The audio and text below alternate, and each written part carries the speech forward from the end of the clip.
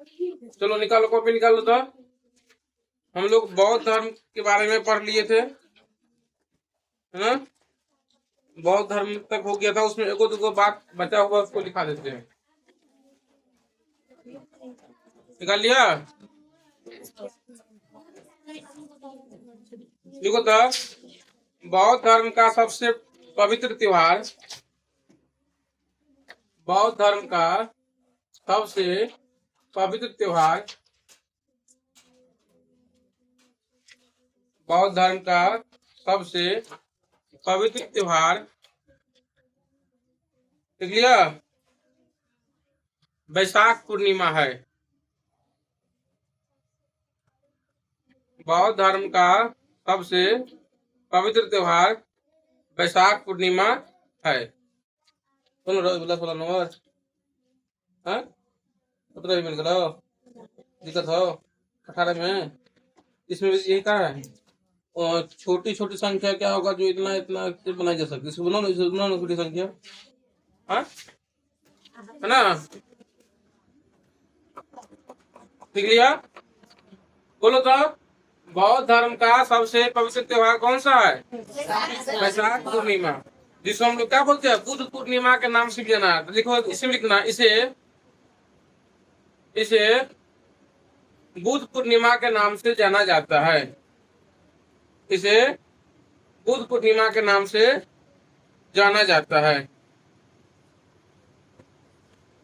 हो गया?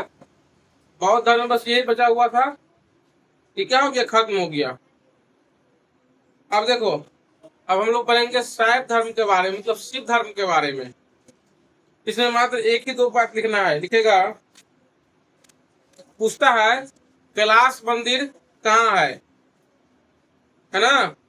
कैलाश मंदिर कहाँ है, या उसका निर्माण किसने किया था। कहाँ है, तो कहाँ ये, एलोरा में, है ना। तो लिखो तो स्टार्ट दे करके, एलोरा के प्रसिद्ध, दिक्कत से बता बात में, एलोरा के प्रसिद्ध कैलाश मंदिर का निर्माण, कैलाश मंदिर का निर्माण राष्ट्रकूट ने किया। एलोरा के प्रसिद्ध कैलाश मंदिर का निर्माण राष्ट्रकूट ने किया, राष्ट्रकूट ने किया। हो गया?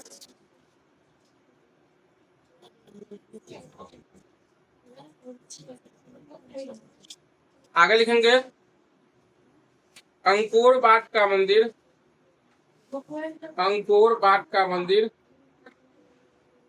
लिया। अंकोर वाट का मंदिर कंबोडिया, अंकोर वाट का मंदिर नीचे लिख लगा,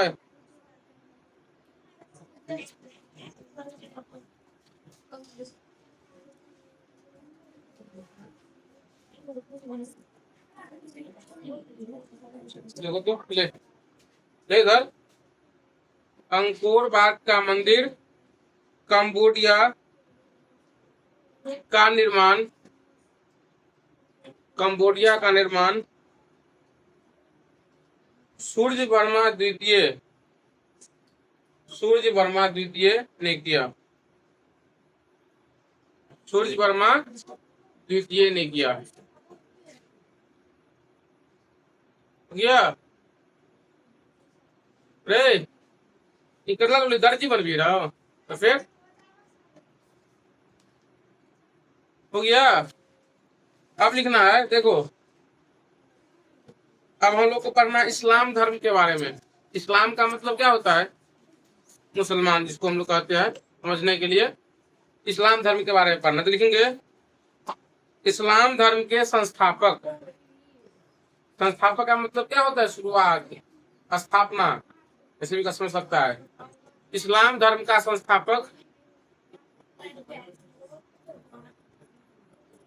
हो गया, इस्लाम धर्म का संस्थापक हजरत मोहम्मद साहब, हजरत मोहम्मद साहब थे।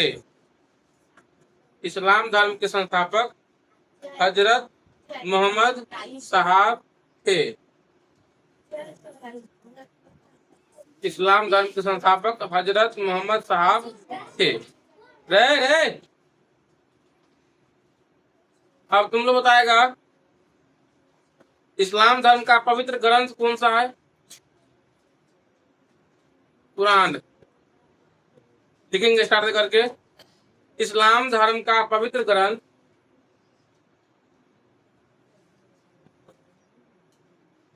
इस्लाम धर्म का पवित्र ग्रंथ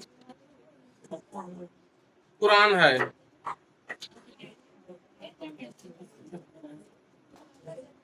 कुरान है। कुरान पवित्र ग्रंथ कुरान है। अब देखो जैसे हिंदू धर्म के लिए कुछ जगह क्या है पवित्र माना जाता है ना, वैसे ही इस्लाम सब के लिए भी दो जगह जो है ना पवित्र दिखाएंगे नहीं, मक्का और मदीना है ना। मक्का और मदीना इस्लाम के लिए क्या है? एक पवित्र स्थान है, जगह है ना। इस्लाम धर्म के लोग जो है नमाज पढ़ता है ना तो मक्का की तरफ मुंह करके। अब बोलेगा सर मक्का भारत से किस दिशा में है? तो पश्चिम दिशा में। देखा होगा वो लोग जब नमाज भी पढ़ेंगे तो पश्चिम की ओर, पश्चिम लोग किस दिशा में ना, इधर की ओर मुंह करे हुआ रहेगा, पश्चिम दिशा में। क्यों? उसका पवित्र जगह, पवित्र स्थान कहाँ है? मक्का है ना। और एक क्या है? मदीना। दोनों इंडिया में, इंडिया से बाहर है। अब उसको हम लोग पढ़ेंगे ईसाई धर्म के बारे में। ईसाई, ईसाई का मतलब क्या होता है? क्रिश्चियन। अब बोलेगा सर क्रिश्चियन क्या होता है? नहीं तो तुम लोग चर्च का तो नाम सुना होगा। तो जो धर्म अपना पूजा पाठ करने के लिए चर्च में जाते हैं उसको हम लोग क्या बोलते हैं? ईसाई धर्म। होता है ना, मंदिर होता है, मस्जिद होता है, चर्च होता है और गुरुद्वारा होता है। तो मंदिर में हिंदू लोग जाता है, मस्जिद में मुसलमान लोग जाता है, चर्च में ईसाई धर्म जाता है, ईसाई लोग। और जहाँ गुरुद्वारा होता है वहां पर सिख धर्म जाते हैं, सिख। अब बोलेगा सिख क्या होता है? जो पगड़ी बने हुआ रहता है और बल्ले बल्ले नहीं करते रहता है, हाँ पंजाबी, हाँ हो सकता है। ये हो गया। तो लिखो इसमें ईसाई धर्म के संस्थापक,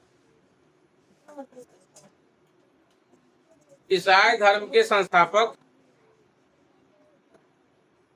जब भी तुम पूछे घुसे का कोई दिक्कत हो जाएगा तो आराम से निकल। 5 तक पैर निकल के 5 तक लिख लीजिए। ईसाई धर्म के संस्थापक ईसा मसीह। हाँ ईसा मसीह, ईसा मसीह कैसी? हाँ हाँ हाँ 40 तो अर्जुनियों बन में कुछ आगे 40 को हिंदियों में भी अच्छी होगा ध्यान। ईसाई धर्म के संस्थापक ईसा मसीह हो गया। अब देखो यहाँ पर ईसाई धर्म के जो पवित्र ग्रंथ होता है ना, किताब होता है, उसको बाइबल बोला जाता है। तो लिखेंगे ईसाई धर्म का प्रमुख ग्रंथ, आराम से निकलिए पीछे रखना। हाँ, जो ईसाई धर्म का प्रमुख ग्रंथ बाइबिल, बाइबिल ग्रंथ, ग्रंथ तो किताब हो गया, बाइबिल हो गया। ये अच्छा क्वेश्चन ध्यान रखना। हम अच्छा पूछ देखो, इसमें तो बहुत सारा लाइन लिखा हुआ है। हम घर ले जाकर उसमें देखते हैं कौन कौन वीवीआई पॉइंट है, तुम लोगों के लिए कौन कौन पूछा सकता है, इसलिए ये सब हम दिखाते हैं। इसलिए तो ऐसे डायरेक्ट दिखा देते, जो मन से दिखा देते हैं, कोनो फायदा नहीं होता। पहले हम इसमें पढ़ के आते हैं, देखते हैं कौन तुम लोग के लिए अच्छा है, कौन लिखाना है, इसलिए दिखाते हैं। अगला 1 घंटा आपको लगता है देखने में, 1 घंटा लिखाने में हो गया। अब देखो ईसा मसीह का जन्म लिखो ना। ईसा मसीह का जन्म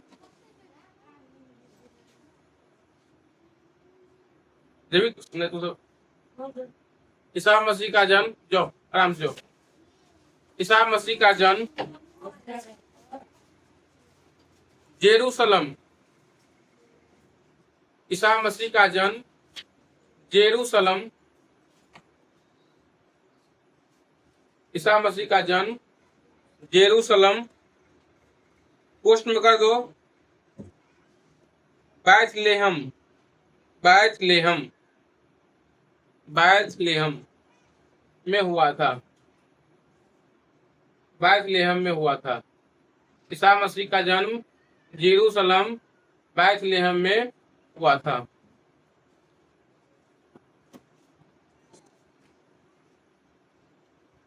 हो गया। अब जितना भी धर्म था धर्म खत्म हो गया। अब हम लोग आएंगे राजा महाराजा के बारे में। अब लिखो, हर्यक वंश के संस्थापक, हर्यक, हर्यक, हर्यक वंश के संस्थापक, हर्यक वंश के संस्थापक बिम्बिसार, हर्यक वंश के संस्थापक बिम्बिसार,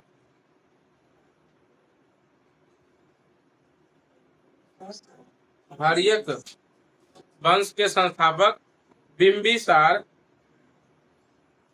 मगध की गद्दी गद्दी पर बैठा, मगध की गद्दी पर बैठा।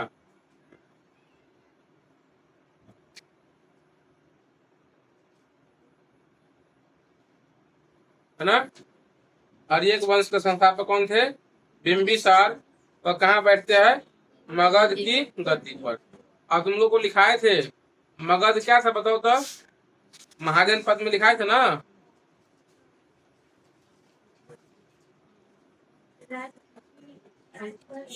हाँ? हाँ, मगध का राजधानी कहाँ था? गिरिब्रज या राजगीर, है ना। तो मगध क्या था समझो, एगो राज था उस समय। तो मगध के गद्दी पर किसने बैठा? बिम्बिसार। और कौन सा वंश का स्थापना किया? हाँ, हर्यक वंश। एक वंश, राजा राजा महाराजा क्या होते थे?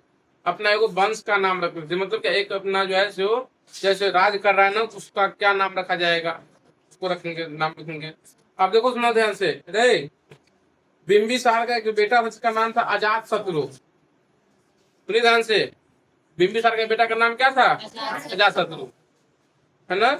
अजात शत्रु के मन में क्या आया कि हम कैसे राजा बनेंगे? अब अपना बाप को मार दिया, वो अपना बापे को मार दिया और खुद क्या हो गया, फिर राजा बन गया, है ना। बताओ, तो बिम्बिसार को किसने मारा? अजात शत्रु। अजात शत्रु क्या हो गया? राजा बन गया। अब अजात शत्रु का भी एक बेटा हुआ जिसका नाम था उदयीन। वो भी क्या किया? अपने बाप को मार दिया। बात समझ में आ गया? आगे लिखेंगे, बिम्बिसार की हत्या, बिम्बिसार की हत्या, बिम्बिसार की हत्या उसके पुत्र, बिम्बिसार की हत्या उसके पुत्र अजात शत्रु, अजात शत्रु ने किया, अजात शत्रु ने किया और मगध की गद्दी पर बैठा, और मगध की गद्दी पर बैठा।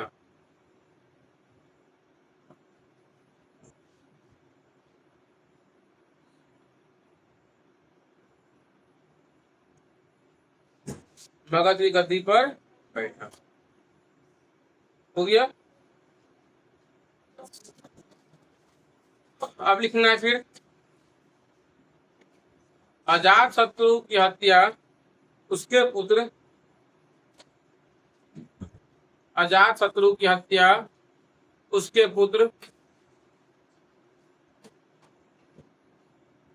अजात शत्रु की हत्या उसके पुत्र उदयीन, उदयीन ने किया, ने किया, उदयीन ने किया, है ना। समझ में आ गया? मतलब बेटा अपने बाप को मारने जा रहा था। पूछता है, देखो उदयीन जो था ना, वो पटना शहर का, पटना शहर को बसाया। तो पटना अभी नाम है ना पटना, उसमें उसका नाम पटना नहीं था, पाटलिपुत्र। बाद में उसका नाम क्या पड़ गया? पटना पड़ गया। तो लिखेंगे उसका नाम पाटलिग्राम रखा गया था। उदाईन ने पाटलिग्राम की स्थापना की। उदाईन उदाईन ने पाटलिग्राम की स्थापना की।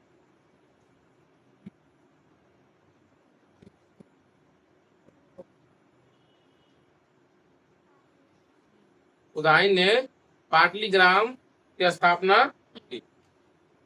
अब यहाँ समझना है, अभी हम लोग किसके बारे में पढ़ रहे, कौन सा वंश के बारे में? हर्यक वंश के बारे में।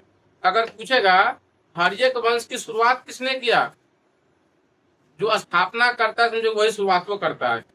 जैसे मान लो यहाँ पर कोई दुकान खोला हुआ है, दुकान का किसने स्थापना किया?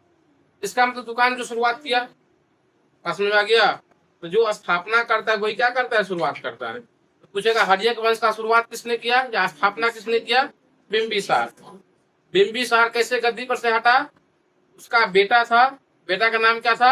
अजातशत्रु। अपने पिता को मार दिया और खुद क्या हो गया, राजा बन गया। किस वंश का? हर्यक वंश का ही। फिर क्या हुआ, अब उसका फिर पुत्र था जिसका नाम था उदाईन। उदाईन भी क्या किया, अपने बाप को मार दिया और फिर वह उसी वंश का फिर राजा बन गया, है ना। और हर्यक वंश का अंतिम राजा था, नाम नहीं लिखना है इसमें, उसका अंतिम राजा था नागदशक। अब बोलेगा नागदशक कौन था? तो नागदशक उदाईन का बेटा था। इन्हें अपने बाप को मारा है ना, वो नहीं मारा, लेकिन वह बहुत कमजोर था। अब मान लो राजा अगर कमजोर हो जाएगा, दूसरा राजा उस पर क्या करेगा, हमला करेगा और उसको फिर वहां से क्या होता है, हरा दिया। तो वैसे ही हुआ। अब उसके बाद आता है एक नाम होता है शिशुनाग। क्या नाम आता है? शिशुनाग। उसने क्या किया, नागदशक को हटवा दिया, उसको हरा दिया, है ना। और क्या कर दिया, हर्यक वंश खत्म हो गया और एक नया वंश स्थापना कर, जिसका नाम होता है शिशुनाग वंश। तो लिखेंगे शिशुनाग ने शिशुनाग ने शिशुनाग ने शिशुनाग वंश की स्थापना की। आसान है, याद हो जाएगा, नाम से जुड़ा हुआ है उसका वंश। शिशुनाग ने शिशुनाग वंश की स्थापना की।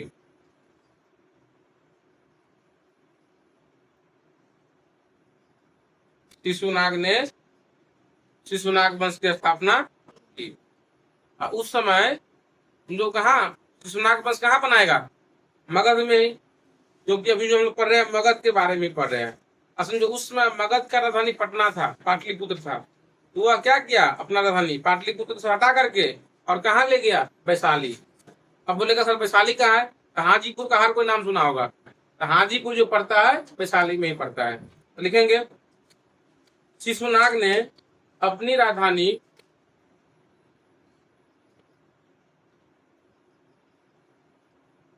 शिशुनाग ने अपनी राजधानी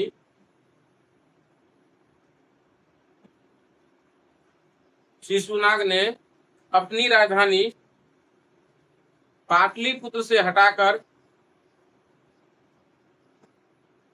पाटलिपुत्र से हटाकर पाटलिपुत्र से हटाकर वैशाली स्थापित किया, वैशाली में स्थापित किया।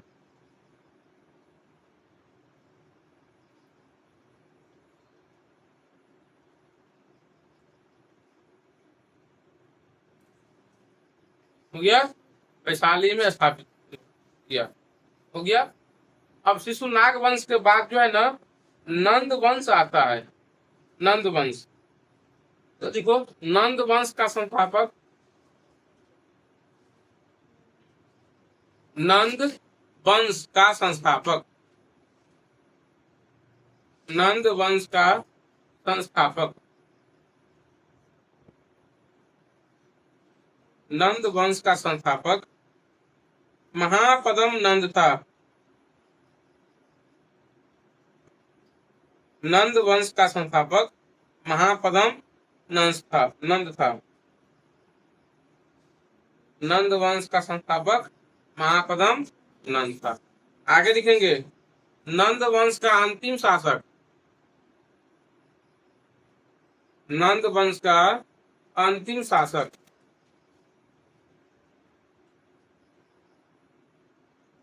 नंद वंश का अंतिम शासक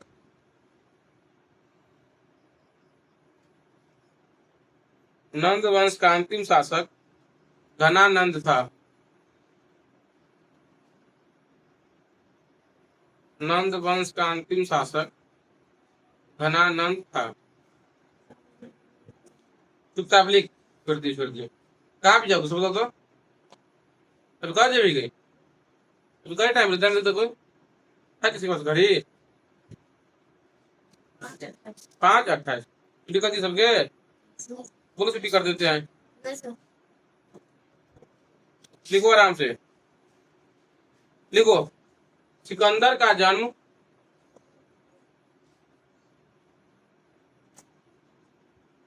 सिकंदर का जन्म 356 ईसा पूर्व में हुआ। सिकंदर का जन्म 356 ईसा पूर्व में हुआ। सिकंदर का जन्म 356 ईसा पूर्व में हुआ। अच्छा क्वेश्चन है ये जो दिखाया है। जो आगे लिखेगा, सिकंदर का सेनापति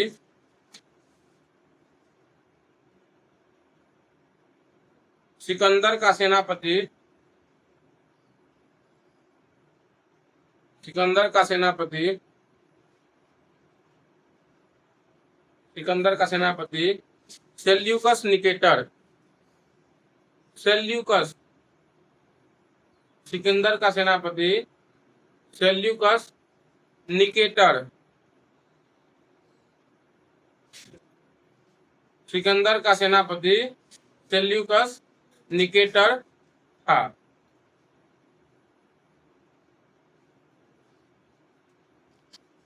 सिकंदर का सेनापति सेल्यूकस निकेटर था। आगे लिखेंगे, सिकंदर की मृत्यु सिकंदर का मृत्यु सिकंदर का मृत्यु 323 ईसा पूर्व 323 ईसा पूर्व बेबीलोन में हुआ। 323 ईसा पूर्व बेबीलोन में हुआ। है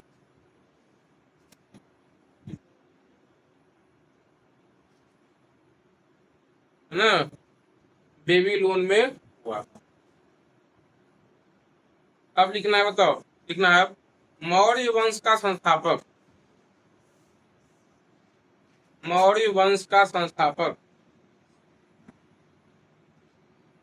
मौर्य वंश का संस्थापक चंद्रगुप्त मौर्य था। मौर्य वंश का संस्थापक चंद्रगुप्त मौर्य था। मौर्य वंश का संस्थापक चंद्रगुप्त मौर्य था। आप लोग सुना होगा, भारत में जो है ना, एक अशोक नाम के राजा हुआ करते थे। बहुत ही अच्छा राजा था, वह जनता के लिए भलाई का काम करता था।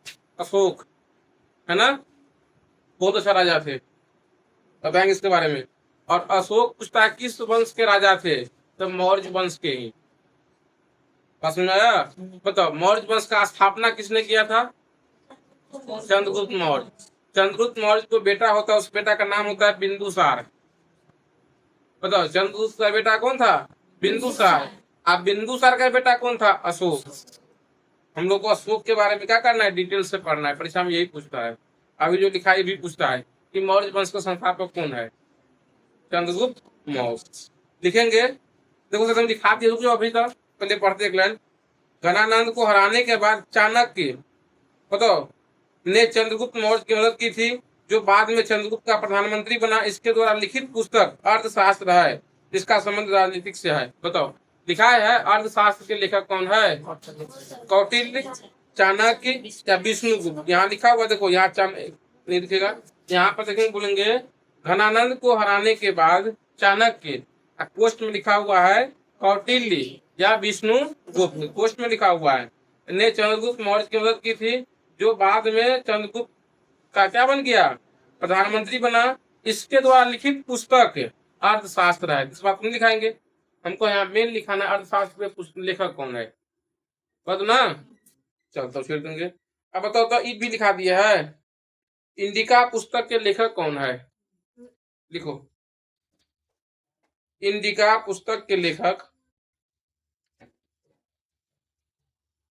इंडिका पुस्तक के लेखक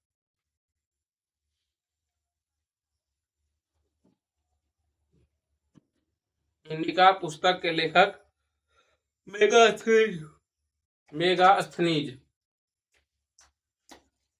इंडिका पुस्तक के लेखक मेगास्थनीज है, मेगास्थनीज है।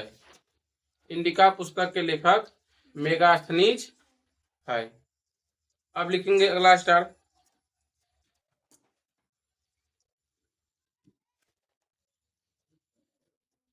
चंद्रगुप्त मौर्य का उत्तराधिकारी, उत्तराधिकारी का मतलब था उसके बाद,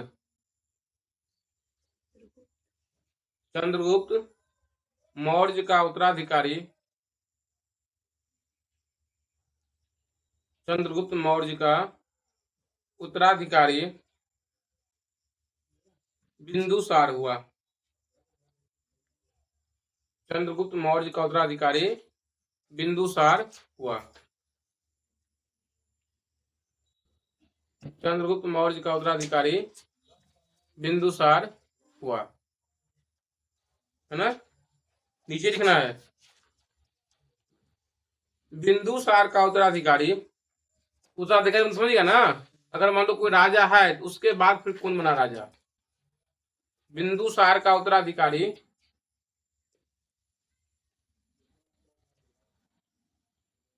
बिंदुसार का उत्तराधिकारी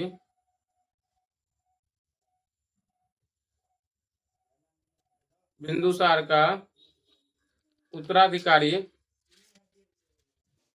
अशोक हुआ, अशोक हुआ।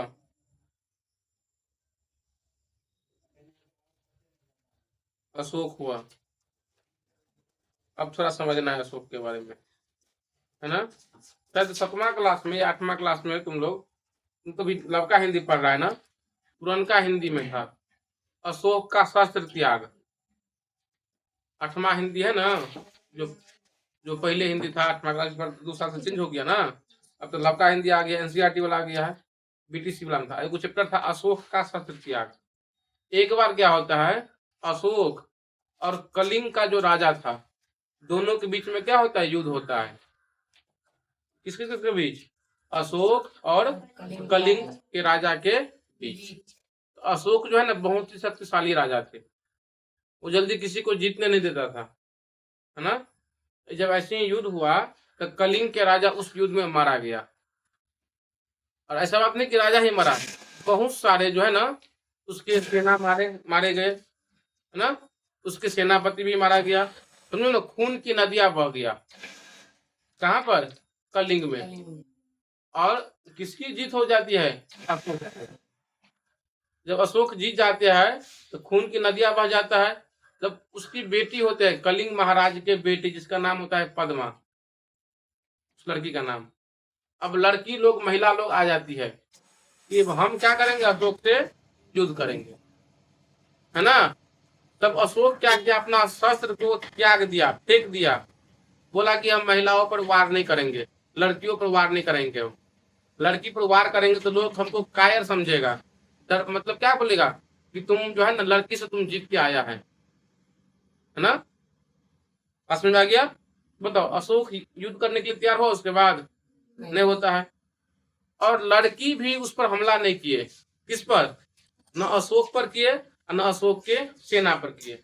अब क्यों नहीं किया हमला, तो लड़की भी बोल रही थी कि हम निहत्थे लोगों को नहीं मार सकते हैं, हम उसी को मारेंगे जो हमको मारने आएगा। अब मान लो ये आराम से बैठी हुई है, उसको काहे कोई मारेगा, सब बताओ, नहीं मार सकता है। अगर वो मान लो किसी को मारने जाएगा उसके बाद में कोई उसको मारेगा, तो 2 बात हो गया, मतलब युद्ध हुआ ही नहीं। अशोक का कहने का मतलब था कि हम पुरुष से युद्ध करेंगे, पुरुष युद्ध बोल करेंगे तो लोग हमको बोलेगा शक्तिशाली आदमी है, पुरुष से जीत करके आया है। आप महिला से युद्ध करेंगे तो महिला तो वैसे भी हारी हुई है, महिला से क्या युद्ध करेंगे, तो अपना शस्त्र क्या किया, त्याग दिया। वही चैप्टर का नाम है अशोक का शस्त्र त्याग। अब देखिए, जब देखा ना तो अशोक को बहुत बुरा लगा कि आखिर इस युद्ध के चलते कितना सारा लोग मारे गए, बहुत सारे लोग मरे, खून की समझो नदियां बह गया। अशोक सोचा, अपने आप में समझा होगा बात को कि मेरे बदौलत बहुत लोगों का क्या हो गया, जान चला गया होगा, कुछ महिलाओं का अपना बेटा गवा दिया गया होगा, युद्ध में मारा ही जाता है ना, कुछ आदमी अपना बेटा गवा दिए, कुछ आदमी अपना पति उसमें मारा गया होगा, है ना। आप सभी लोगों को तो परेशानी होगा, समस्या होगा। तब ये अपना शस्त्र को क्या कर दिया, त्याग दिया, और अशोक जो है बौद्ध धर्म ग्रहण कर लिए। आप लोग पढ़े ना, बौद्ध धर्म जैन धर्म, बौद्ध धर्म ग्रहण कर लिए, और उस दिन से एक भी युद्ध नहीं किया अशोक, है ना, और पूरे भक्ति जीवन में अपना लग गए वो।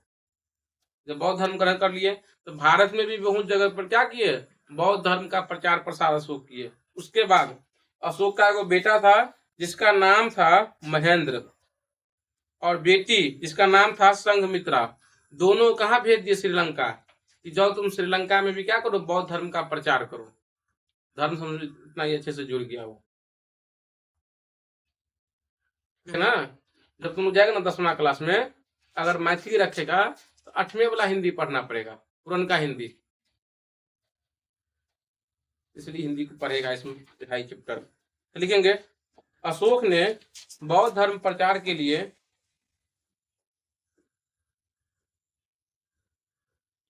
अशोक ने बौद्ध धर्म प्रचार के लिए अशोक ने बौद्ध धर्म प्रचार के लिए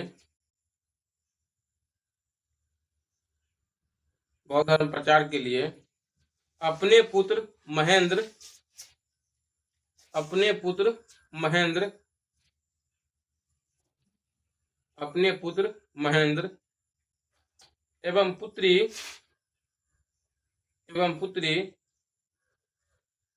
संघमित्रा को श्रीलंका भेजा। अपनी पुत्री संघमित्रा को श्रीलंका भेजा। अपनी पुत्री संघमित्रा को श्रीलंका भेजा।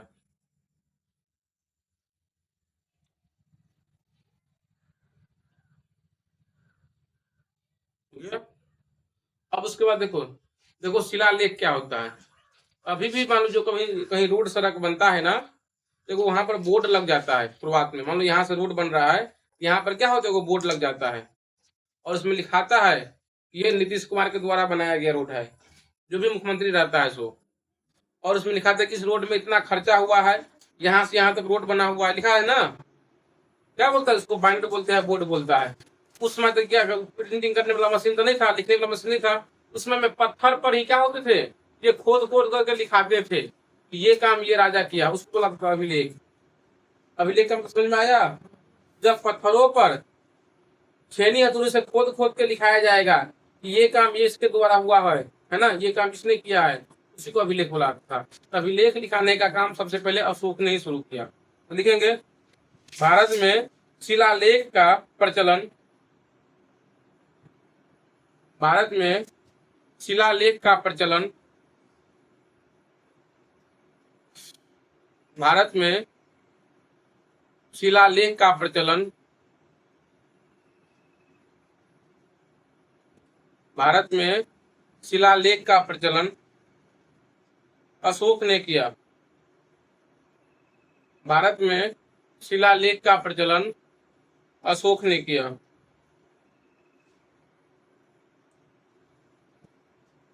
हो गया, भारत में शिलालेख का प्रचलन अशोक ने किया।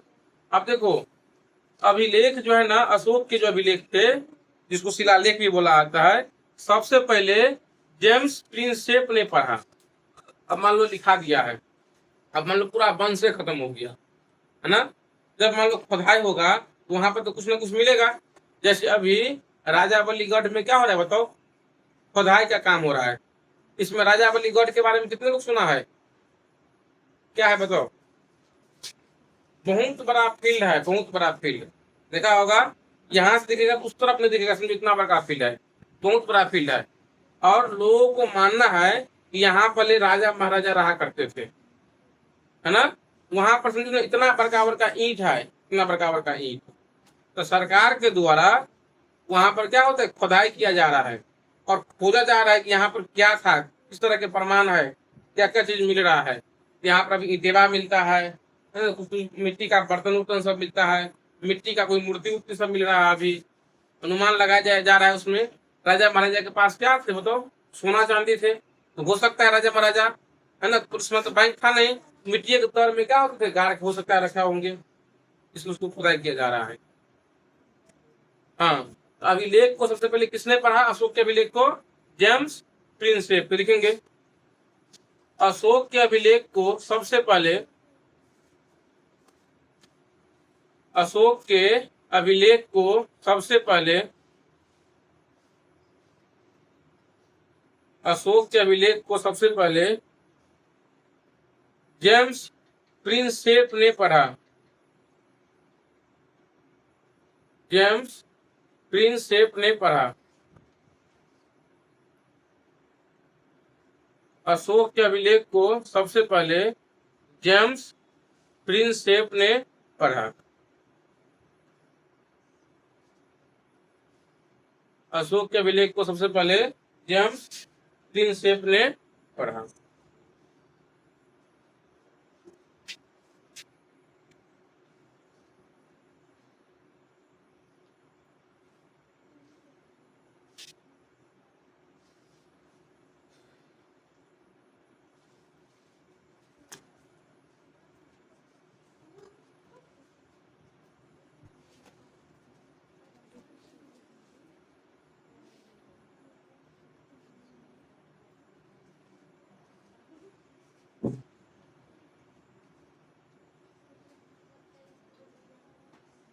हाँ? चलो लिखो अब,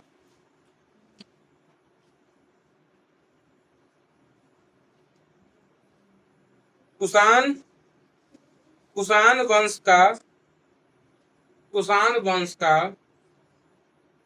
कुषाण कुषाण हाँ, कुषाण वंश का सबसे प्रतापी राजा, कुषाण वंश का सबसे प्रतापी राजा, कुषाण वंश का सबसे प्रतापी राजा कनिष्क, कनिष्क कनिष्क कनिष्क था। कुषाण वंश का सबसे प्रतापी राजा कनिष्क था।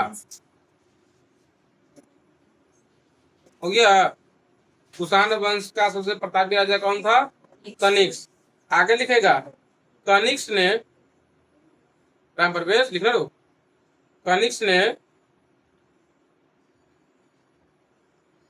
78 ईस्वी में, कनिष्क ने 78 ईस्वी में, कनिष्क ने 78 ईस्वी में शक संवत चलाया। शक संवत, शक संवत, शक संवत चलाया। शक संवत मतलब क्या होता है, कैलेंडर। जैसे अभी आता है ना कैलेंडर, ना, इसको पंचांग भी हम लोग बोलते हैं। किस दिन कौन सा मतलब पर्व है, त्योहार है, क्या है, नहीं है, तो शक संवत चलाया। इसमें देखो लिखा हुआ है कनिष्क ने 78 ईस्वी में एक शक संवत चलाता है, जो शक संवत के नाम से कहलाता है, जिसे भारत सरकार द्वारा प्रयोग में लाया जाता है। अभी जो था ना पंचांग, किस दिन शादी है, किस दिन मुंडन है, किस दिन तिलक होगा, किस दिन क्या होगा, इसी के आधार पर देखा जाता है। आगे लिखेंगे भारत का आइंस्टीन, भारत का आइंस्टीन, भारत का आइंस्टीन,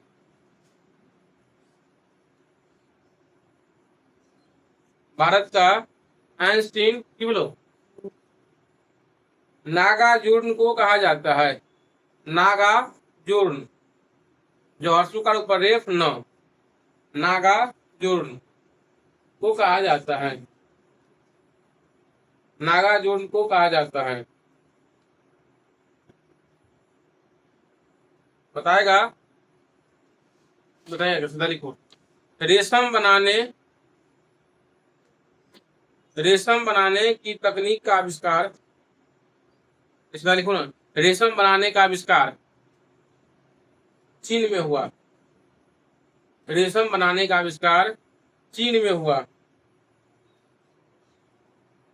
रेशम बनाने का आविष्कार चीन में हुआ। रेशम बनाने का आविष्कार चीन में हुआ। कल थोड़ा और लिखा वो 4-5 को आगे लिख। गुप्त वंश का संस्थापक, गुप्त वंश का संस्थापक श्री गुप्त। गुप्त वंश का संस्थापक श्री गुप्त था। गुप्त वंश का संस्थापक श्री गुप्त था। आगे लिखो। गुप्त वंश का महान शासक, गुप्त वंश का महान शासक, गुप्त वंश का महान शासक चंद्रगुप्त प्रथम था। गुप्त वंश का महान शासक चंद्रगुप्त प्रथम था। चंद्रगुप्त प्रथम था। गुप्त वंश का महान शासक चंद्रगुप्त प्रथम था। लिखेंगे इसे, इसी में इसे महाराजाधिराज, इसे महाराजाधिराज कहा जाता है, कहा जाता था, फिर अभी भी कहा जाता है। इसे महाराजा, कुछ लिख सकते, लिखो ना, इसे महाराजाधिराज लिख लिया, कहा जाता है। क्या था, कुछ होगा, सही होगा। आगे लिखेंगे। समुद्रगुप्त को भारत का नेपोलियन कहा जाता है। समुद्रगुप्त को भारत का नेपोलियन कहा जाता है। समुद्रगुप्त को भारत का नेपोलियन कहा जाता है। समुद्रगुप्त को भारत का नेपोलियन कहा जाता है। देखो तो ये लिखाए थे, चंद्रगुप्त द्वितीय के शासन काल में चीनी यात्री हाइयान भारत आया था। हाइयान के बारे में लिखा दिए थे। आगे आगे लिखना है। फिर नालंदा विश्वविद्यालय की स्थापना, नालंदा विश्वविद्यालय की स्थापना, नालंदा विश्वविद्यालय की स्थापना कुमार गुप्त ने की थी। नालंदा विश्वविद्यालय की स्थापना कुमार गुप्त ने की थी।